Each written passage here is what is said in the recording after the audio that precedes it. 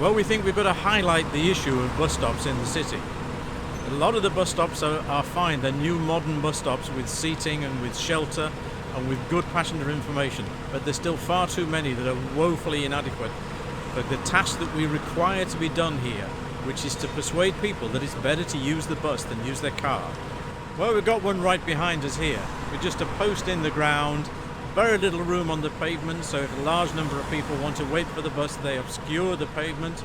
Passenger information is very inadequate. They can't read the type, particularly after it gets dark. That contrasts markedly with the bus stops around the corner in Merchant Gate that have got shelter, that have got seating, that have got real-time passenger information.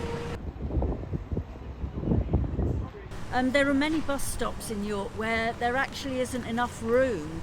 So we've just watched a number of people board a bus, all of whom were older people, mobility impaired. One lady was struggling with a shopping trolley, and you can see how narrow the pavement is behind. So if I were going to catch a bus from this bus stop, by the time the bus had stopped and deployed its ramp, absolutely nobody would be able to get past on the footpath.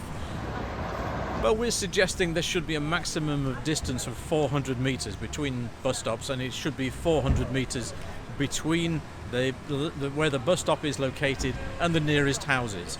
This means that people will have hopefully a maximum 10-minute walk to get from their house to the bus stop.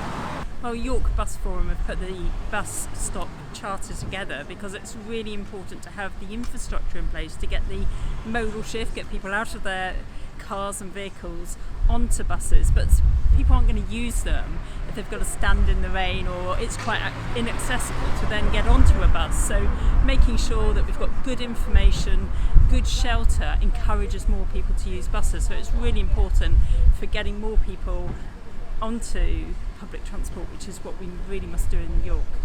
Of course, we need to make sure that we have stops in the right places, that we've got buses running for longer in the day, and to see that transformation, because many people tell me they would use buses if only they ran into the evening or if only their route covered their area, but they just can't walk that extra distance or indeed plan their day around the bus timetable, which really should be planned around what people in their city need. So there is a long way to go.